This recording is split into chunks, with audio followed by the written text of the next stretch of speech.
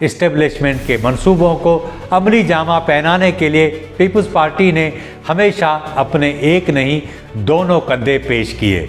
रज़ा रब्बानी के बजाय सेनेट के लिए सादिक संजरानी को चेयरमैन बनवाया और कहा कि ये जमहूरियत की खिदमत और बलूचिस्तान का एहसास महरूमी दूर करने के लिए है। नून लीग की हुकूमत गिराकर कुद्दूस बिजंजो को बलूचिस्तान का वजीर आला बनाया गया।